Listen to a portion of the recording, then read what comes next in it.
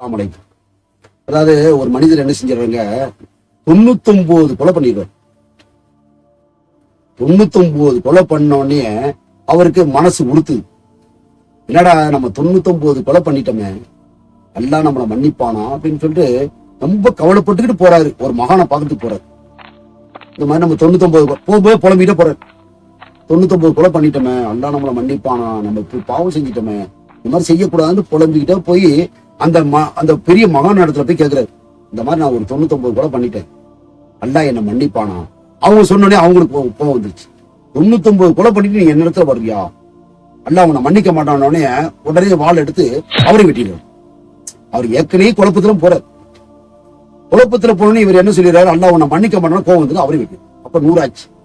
இந்த 100 கொலை பண்ண, ஆஹா நம்ம ஏற்கனவே 99 கொலை பண்ணிட்டோமே, மறுபடியும் நம்ம கோவத்தை கிளப்பி இவரையும் கொலை செஞ்சு வச்சாருன்னு சொல்லிட்டு கவலைப்பட்டுட்டே போறார்.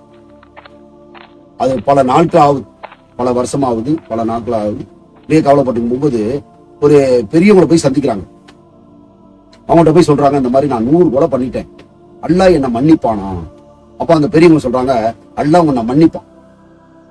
அதுக்கு நான் என்ன செய்யணும், நல்லவங்க வாழ்ற மத்திக்கு நீ போ, நல்லவங்க போய் பாரு, தேடு, நல்லவங்க வாழ்ற இடத்துக்கு நீ போய் அவங்களோட சேர்ந்துரு, அல்லாஹ் உன் பாவத்தெல்லாம் மன்னிப்பாங்க அப்படின்னே என்ன செய்யறாங்க. இந்த மனிதர் என்ன செய்ய, அந்த 100 கொலை பண்ணார்ல, அவர் அப்படியே போற நடந்து பல நாட்கள் நடந்து போயிட்டே இருக்கிறார். அப்ப அல்லாஹ் தஆலா அவருக்கு இறுதி கட்டம் இஸ்ராயேல் அலைஹிஸ்ஸலாம் முடிவு பண்றாங்க.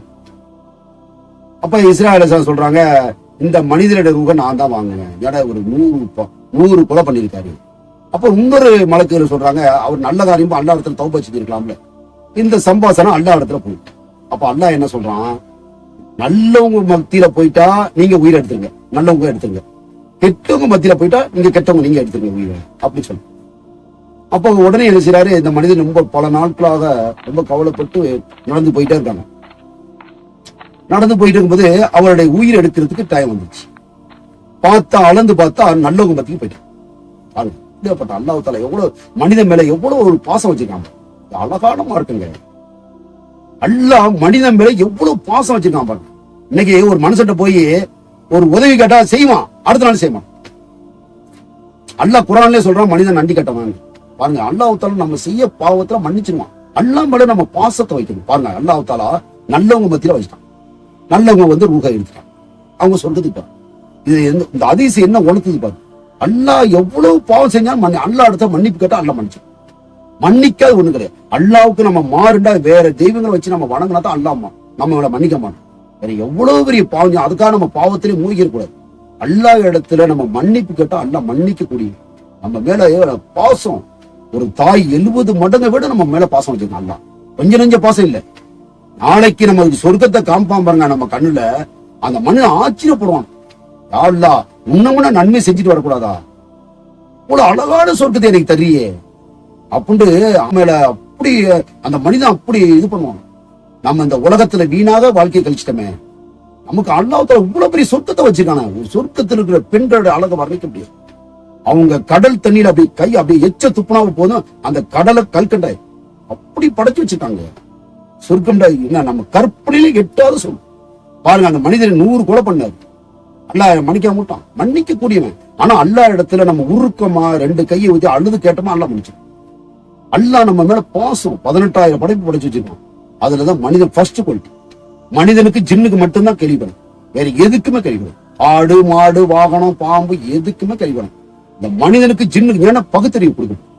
அல்லாஹ் தஆலா 18,000 படைப்புல மனிதனை வலது கையாலே படைச்சு அற்புதமாக படைச்சு வச்சு. மனிதன் மேல அளவு கடந்து பிரியம். ஒரு தாய் எந்த அளவுக்கு தன்னுடைய குழந்தை மேல பிரியமோ அதை விட 70 மடங்கு, 70,000 மடங்கு.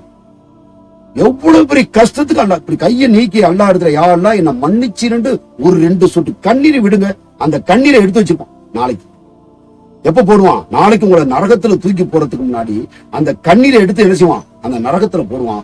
அந்த நரகம் அப்படியே அணைஞ்சு சொர்க்கத்துக்கு போவோம். அல்லாஹ் நம்ம மேல பாசம், நம்ம மேல பாசம். அப்பா அந்த இறைவனுக்கு நம்ம என்ன செய்யணும், அழகான முறையில வாழணும். பெண்களுக்கு உங்களுக்கு நான் சொல்றேன், பெண்கள் அல்லாஹ்வுக்கு பயந்து வாழணும். உங்க கணவன்மார்களை கண்ணியப்படுத்துங்க.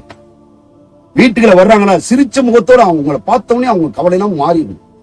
முகமது நபி ஸல்லல்லாஹு அலைஹி வஸல்லம் சொல்லியிருக்காங்க, யாரு அறிவாளி, பெண்கள்ல யாரு அழகானவங்க, கணவனுக்கு கட்டுப்பட்டு அழகான முறையில வாழ்றாங்களா, நாளைக்கு சொர்க்கத்துல சிரிச்ச முகத்தோட இருப்பாங்க.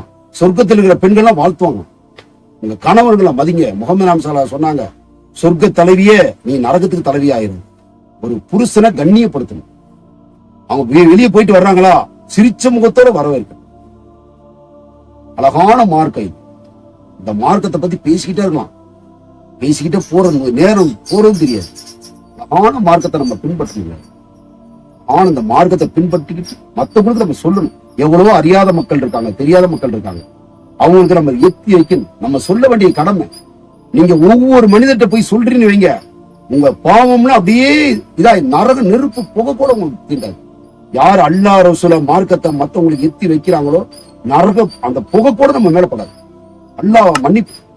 ஏன்னா எனக்காக போய் ஒவ்வொரு இடத்துல போய் சொன்னீங்க அப்படின்னு அல்லாஹ் தஆலா இறக்கப்பட்டு நம்மளை மன்னிப்பு.